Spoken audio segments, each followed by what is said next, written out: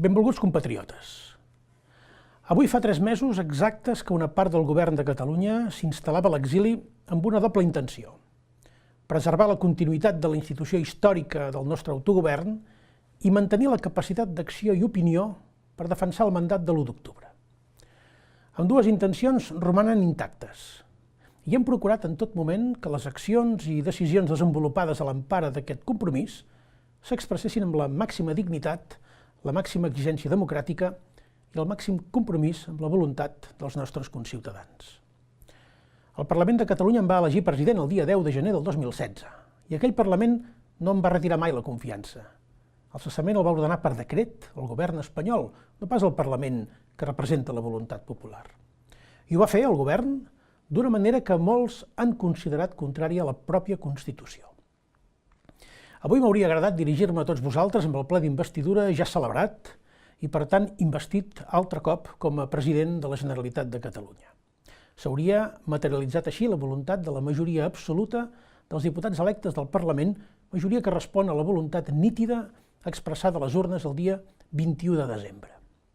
Els 68 independentistes, els diputats independentistes que estaven disposats a investir-me com a president, són la millor garantia democràtica per a la celebració d'aquest ple, i no hi ha cap altre candidat possible ni cap altra combinació aritmètica possible. Lamentablement, però, el ple no s'ha celebrat. El president del Parlament ha optat per un altre camí i la seva decisió l'hem de respectar. La democràcia implica acceptar els resultats electorals i l'Estat no només no els ha acceptat, sinó que ha intentat canviar els despatxos allò que no ha guanyat a les urnes, rebregant barroerament la llei i els drets dels diputats i la voluntat dels electors. Creiem que la democràcia ni s'ajorna ni se suspèn. Nosaltres no acceptem que es puguin dictar presidències des de Madrid, de cap manera. No ho podem acceptar perquè fer-ho seria hipotecar, d'ara endavant i per sempre, els resultats electorals de Catalunya. Fer-ho seria rendir-se a les maniobres de l'Estat i trair la voluntat dels electors d'ara i de tots els que han lluitat per dotar el nostre país d'institucions legítimes i democràtiques. Fer-ho ens obligaria a deixar de mirar els ulls dels que han fet grans sacrificis personals per arribar on som. La realitat és que som enmig d'un conflicte polític. D'un conflicte que nosaltres no volem ni hem buscat. Aquests dies i aquestes hores he sentit moltes veus que reclamen amb urgència que posem fi al 155 i la investidura i la formació d'un govern és el camí més ràpid. Tanmateix no podem esperar garanties d'un sistema judicial que empresona els Jordis, en Quim i l'Oriol, que manté a l'exili el govern legítim de la Generalitat, que fa seguidisme d'un govern que s'assalta la llei i suspèn els drets més elementals. L'estat espanyol continua fent el xantatge d'obligar-nos a escollir un president i un govern que els complegui a ells, o altrament mantindran en vigor, sense cap rubor ni remordiment, el cop d'estat del 155. Si ja ho han dit, estan disposats a pagar el preu que sigui necessari. I si aquest preu és saltar-se l'estat de dret, ja ens han aclarit que estan disposats a pagar-lo.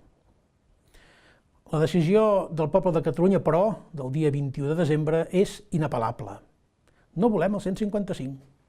No volem que se'ns forci a fer polítiques alienes a la voluntat dels ciutadans.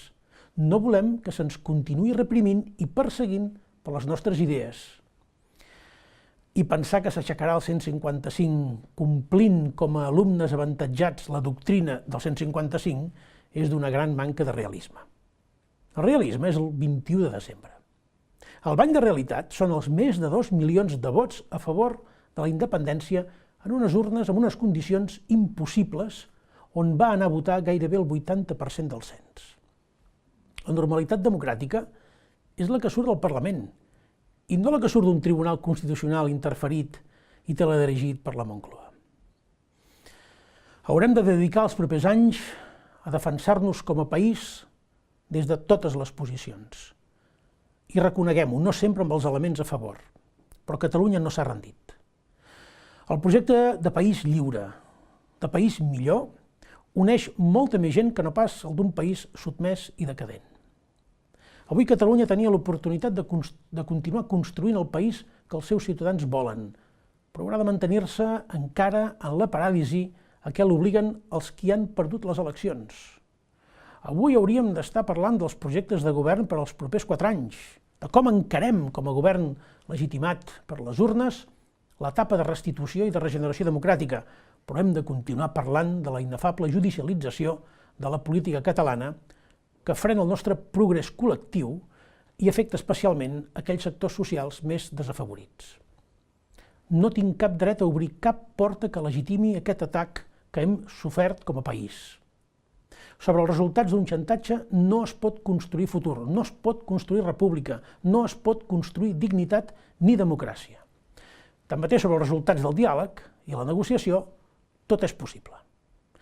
Negar-se a parlar, negar-se a relacionar-se amb aquesta realitat és negar als catalans la llibertat de poder decidir no ja si poden escollir un govern que vol un estat independent, sinó la llibertat de si poden escollir un govern. Per això ha arribat el moment que la majoria social i política del sobiranisme doni una resposta unitària i coordinada a aquest nou atac per abordar l'etapa de desplegament del mandat de l'1 d'octubre i del 21 de desembre. Convido amb aquest propòsit els representants d'aquesta majoria que ens permeti superar el desafiament de l'Estat d'una banda i de l'altra ens permeti consolidar les posicions assolides en aquests darrers anys de mobilitzacions pacífiques i democràtiques i ens permeti finalment desplegar sense xantatges ni repressions el mandat de les urnes. El que ens ha dut fins aquí ha estat la unitat.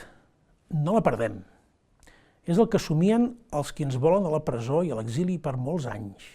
Mantinguem-nos units perquè vindran nous desafiaments democràtics que només podrem superar si persistim de la manera en què els hem anat superant un darrere de l'altre. Tenim certament al davant un estat molt poderós i amb permís per anar més enllà de l'estat de dret, però que no pot evitar posar en evidència les seves costures quan ens hi adrecem sense complexos, sense por, amb serenor, però sense renúncia. Si ens mantenim junts, ferms, dignes, democràtics i pacífics, anirem avançant fins a la plenitud de la nostra llibertat, perquè hi tenim dret i perquè ens l'hem guanyada.